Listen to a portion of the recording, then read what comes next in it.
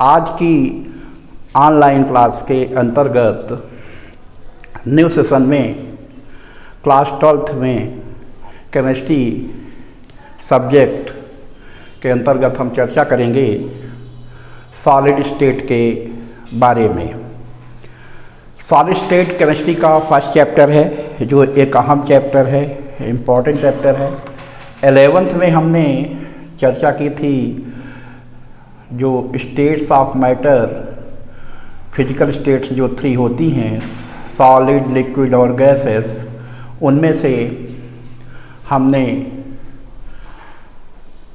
जो हमारी चर्चा हुई थी 11th क्लास के अंतर्गत वो लिक्विड और गैसेस स्टेट के अंतर्गत थी। 12th के अंतर्गत जो फिजिकल स्टेट दी गई है वो सॉलिड स्टेट है और ये केमिस्ट्री का पहला चैप्टर सॉलिड स्टेट से ही रिलेटेड है। तो सबसे पहले हम ये जान लें कि मैटर का जो क्लासिफिकेशन है that is based on 2 basis. First one is chemical classification and other one is physical classification. On the basis of chemical classification, matters are classified into solid, liquid, element, compound and mixture. This is chemical classification. Solid, liquid chemical classification में नहीं आते हैं, ये ध्यान रखिएगा। On the basis of chemical classification, matters exist in form of element, compound or mixture. But on the basis of physical state, matters are classified into solid, liquid and gases. Liquid and gases जो 2 states हैं that or in syllabus of 11th and solid state is in syllabus of 12th। तो 12th के अंतर्गत हमें solid state के बारे में जानना है। तो सबसे पहले हम सॉलिड को डिफाइन कैसे करेंगे, how we can define the solid, solid की डिफिनीशन क्या होती है, ये जानना अहम है कि व्हाट इज सॉलिड। तो वास्तव में सॉलिड को डिफाइन करने के लिए हम 2 पॉइंट लेते हैं, वो है इसकी शेप और साथ साथ volume. When shape and volume of state both are definite then it is known as solid state. किसी भी मैटर के लिए वॉल्यूम और शेप दोनों अगर डिफिनिट होती है तो वो स्टेट सॉलिड स्टेट कहलाती है।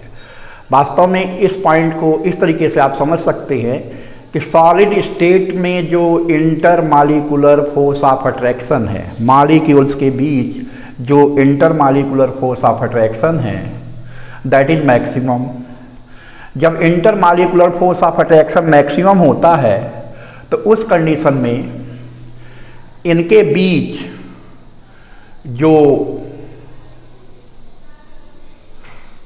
स्पेसिंग है, सेपरेशन है, वो कम हो जाता है, क्योंकि जब स्ट्रांग अट्रैक्टिव फोर्स से ये एक दूसरे से लिंक होंगे और उस कंडीशन में जब सेपरेशन कम हो जाएगा तो इनके मॉलिक्यूल्स क्लोजली पैक्ड होंगे। जब क्लोजली पैक्ड होंगे तो शेप भी डिफिनिट हो जाएगी, अब वॉल्यूम तो डिफिनिट रहेगा ही।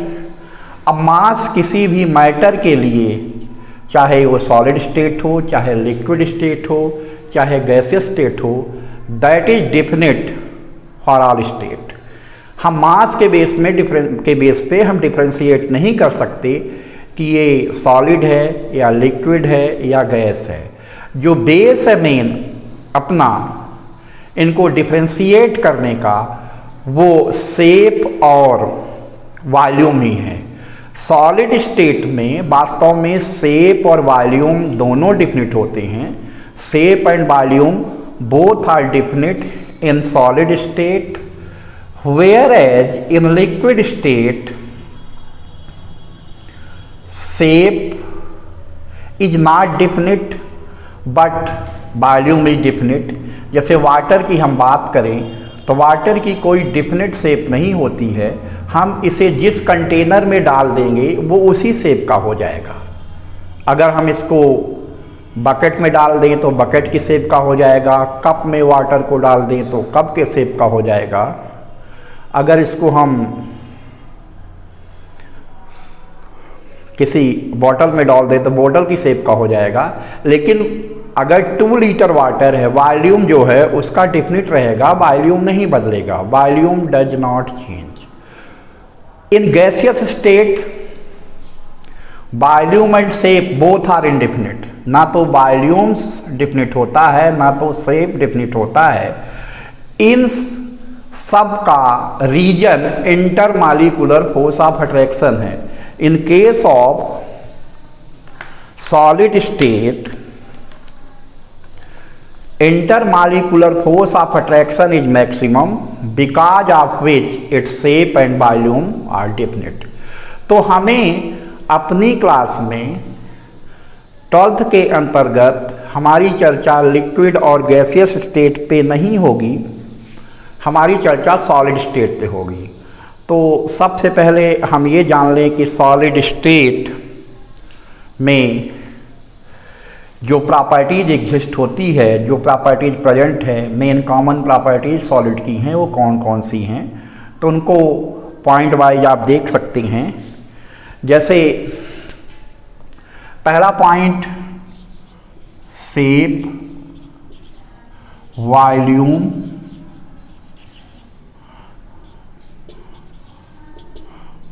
अट्रैक्टिव फोर्स, डेंसिटी,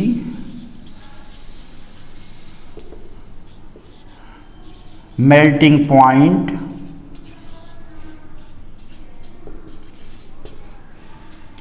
तो यहां पर ये पॉइंट आप देखिए सामने आपको दिख रहा होगा। जैसे बात शेप की होती है तो जो for solid state shape is definite, solid state के लिए जो है शेप डिफिनिट है। वॉल्यूम की जब बात होती है that is also definite. In solid state attractive force is maximum. Attractive force का मतलब यहाँ इंटरमॉलिक्यूलर फोर्स ऑफ अट्रैक्शन से है, it is related with intermolecular force of attraction. Density in solid state density is maximum. Solid state में जो density की value है वो मैक्सिमम होती है because molecules are closely packed to each other. हम जानते हैं कि डेंसिटी इक्वल टू होता है मास अपॉन वॉल्यूम। तो यहाँ देखिए D इक्वल टू होता है मास अपॉन वॉल्यूम। तो इस स्टेट में अगर आप देखें तो मास तो मैटर का डिफिनिट है, मास में कोई बदलाव नहीं होगा। वॉल्यूम जब मॉलिक्यूल्स पास पास आ जाएंगे तो वॉल्यूम कम हो जाएगा। Density and volume are inversely proportional to each other. Density और वॉल्यूम एक दूसरे के इनवर्सली प्रोपोर्शनल हैं। तो जब वॉल्यूम कम होगा तो डेंसिटी ऑलरेडी बढ़ जाएगी बिकॉज मास, समझिए मास जो है ये कांस्टेंट क्वांटिटी है। Mass is constant quantity and volume is variable. तो D इक्वल टू यहाँ लिख सकते हैं कांस्टेंट अपॉन वॉल्यूम। ठीक से देखिएगा। अब इस कांस्टेंट को हटा दें तो density is inversely proportional to volume, मतलब डेंसिटी वॉल्यूम के इनवर्सली प्रोपोर्शनल है। तो ओवरऑल हम ये कह सकते हैं कि सॉलिड की जो डेंसिटी है वो वॉल्यूम के इनवर्सली प्रोपोर्शनल है। मतलब जब हम डेंसिटी को बढ़ाना है तो वॉल्यूम को कम करना पड़ेगा because they are inversely proportional to each other. These two quantities are inversely proportional to each other. तो हम ये कह सकते हैं कि सॉलिड स्टेट के केस में In case of solid state, density is high because volume is less. अब वॉल्यूम लेस क्यों है? It is because of molecular force of attraction. Solid state में जो मॉलिक्यूलर फोर्स ऑफ अट्रैक्शन है वो maximum होता है, तो उसकी वजह से मॉलिक्यूल्स क्लोजली पैक्ड होंगे। अब इसी से रिलेटेड पॉइंट मेल्टिंग पॉइंट भी है। If density is high, this indicates that molecules of solid are closely packed to each other. because of high density, their melting points are also high. Solid state में जो melting point है, melting point is that temperature at which any solid is converted into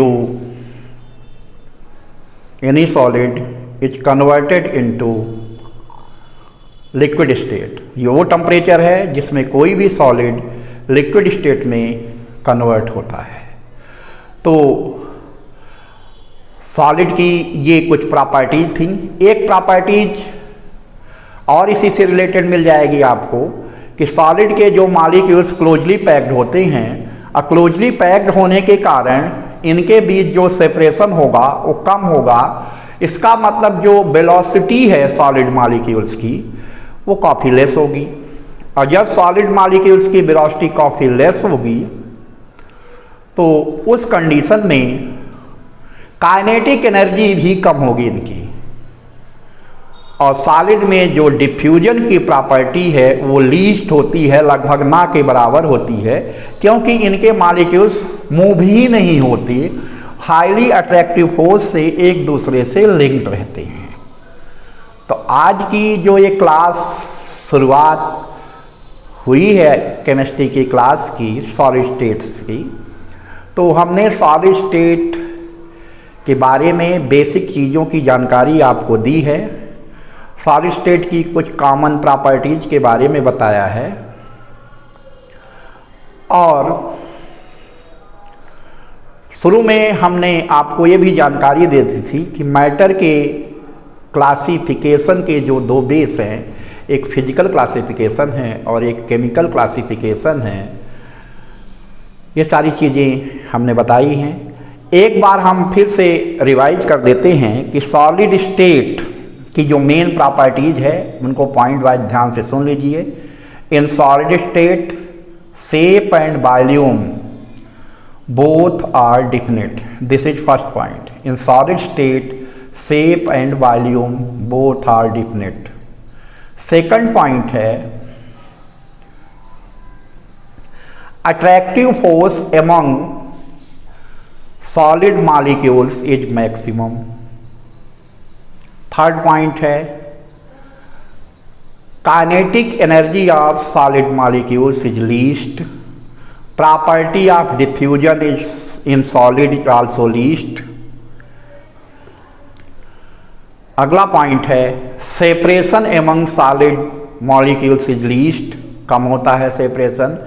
melting point of solid molecules is high, solid molecules का जो melting point है high होता है। ये सारी प्रॉपर्टीज हैं। हम यहाँ पर आपने वीडियो को देखा या नहीं, इससे रिलेटेड हम कैसे जानें कि आपने वीडियो को देखा है? तो मैं इस वीडियो से रिलेटेड एक क्वेश्चन पूछ लेता हूँ कि जो सॉलिड की प्रॉपर्टीज की चर्चा हमने की थी उनमें से पहली प्रॉपर्टी किससे रिलेटेड थी? First option shape and volume, second option density, third option kinetic energy. तो इनमें से जो ऑप्शन वीडियो देखने के बाद आपको सही लग रहा है उसे आप प्रॉम्प्ट में जाएंगे और प्रॉम्प्ट में जाके क्लिक करके सही आंसर को सबमिट करेंगे। तो आज की शुरुआती क्लास में हमारी चर्चा आपके साथ सॉलिड स्टेट के अंतर्गत शुरू हुई है, जो आगे की क्लासेस में जारी रहेगी। अगली क्लासेस में हम सॉलिड के क्लासिफिकेशन, उनकी प्रॉपर्टीज के बारे में आपको जानकारी देंगे। तब तक आप इस वीडियो को ध्यानपूर्वक देख लें। कंटिन्यू जो वीडियोज है सीक्वेंस वाइज पिछले टॉपिक से रिलेटेड भेजे जाएंगे, जिन्हें आप देखते रहेंगे और उसका फ़ायदा उठाते रहेंगे। धन्यवाद।